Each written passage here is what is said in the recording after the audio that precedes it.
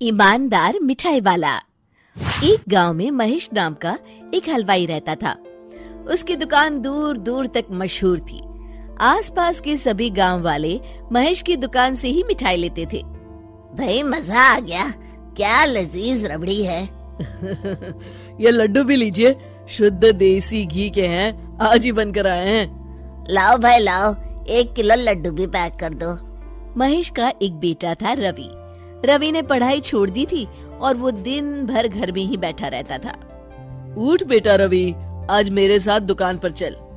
मैं वहाँ क्या करूँगा पापा? अरे दुकानदारी सीख बेटा, आगे चलकर ये सब तुझे ही तो संभालना है। मुझे ये सब कुछ नहीं संभालना। मैं वीडियो गेम खेलूंगा, फिर दोस्तों के साथ बाहर जाऊंगा। हे भगवान, इसे थोड़ी अकल दे दो। ऐसे ही चलता रहा तो आगे न जाने इसका क्या होगा। महेश बड़बड़ाता हुआ दुकान चला जाता है। दुकान पर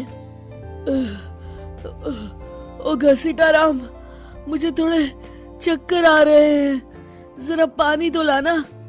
जी जी मालिक। सुन, मैं घर जा रहा हूँ, आज दुकान तू संभाल ले। जैसा आप कहे मालिक। महेश बिस्तर पर लेटा है। आपको बहुत तेज बुखार है, 1 हफ्ते बेड रेस्ट करनी होगी और ये दवाइयाँ लेनी होगी। हाय राम, ये क्या हो गया आपको? मैं तो 1 हफ्ते में ठीक हो जाऊंगा, पर दुकान कौन संभालेगा? आप फिक्र ना कीजिए जी, मैं रवि को समझाकर दुकान भेज दूंगी।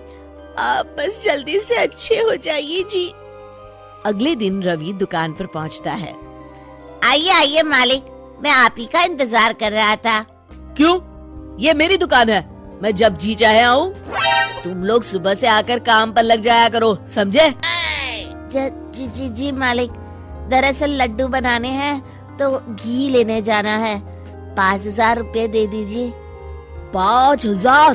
तुम्हारा दिमाग तो ठीक है? इतने महंगे लड्डू बनाएंगे तो मुनाफा क्या होगा? पर देसी घी भी तो बहुत महंगा है ना मालिक। क्या जरूरत है देसी घी की? डालडा ले आओ। पर मालिक। मुझसे बहस मत करो, जितना कहा गया है करो। और क्या क्या बन रहा है? मावे की बर्फी मालिक। मावा मावा मावा, हाँ। तभी उसकी नजर एक डब्बे पर पड़ती है। ये क्या है? ये रवा है मालिक। एक काम करो, हर 1 किलो मावा में 200 ग्राम रवा मिला दो। पर बर्फी का स्वाद बिगड़ जाएगा मालिक। जितना कहा है करो, अब जाओ यहाँ से। अगले दिन। क्या बात है रवि बाबू, आपके पापा दिखाई नहीं दे रहे? अब उनकी तबीयत खराब है। अच्छा भाई अच्छा। बस उन्हें ये बताना था कि वो आज आए नहीं तो उनकी मिठाई बड़ी बेस्वाद लग रही है। लेना है तो लो, वरना चलते बनो। अरे अरे अरे, ये कोई तरीका है ग्राहक से बात करने का? चलो भाई चलो, यहाँ से चलो। अगले दिन। भैया, कल जो मैं लड्डू ले गया था उनका स्वाद बड़ा बेकार लगा। महेश बाबू का नाम सुनकर बड़ी दूर से आया था। 200 रुपए में इससे अच्छा और क्या मिलेगा? सुबह सुबह मनहूस बातें मत करो। कुछ लेना है तो लो, वरना फूटो यहाँ से। रवि के इस व्यवहार के चलते 2-4 दिनों में ही ग्राहकों का आना कम हो जाता है। मैंने तो सोचा था कि कम पूंजी में ज्यादा मुनाफा होगा, पर यहाँ तो घाटा हो रहा है। आखिर चक्कर क्या है? लगता है ये दुकानदारी मेरे बस की नहीं।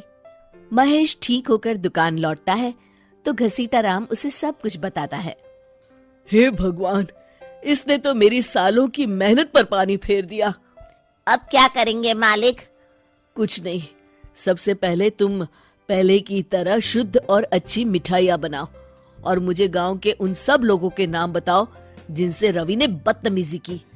रवि, कल सुबह दुकान पर आ जाना, बहुत जरूरी काम है। मुझे नहीं आना, मैंने 1 हफ्ता दुकान संभाल ली है, अब संभालो आप। दुकान तो तूने जैसे तैसे संभाल ली, पर सीखा कुछ नहीं।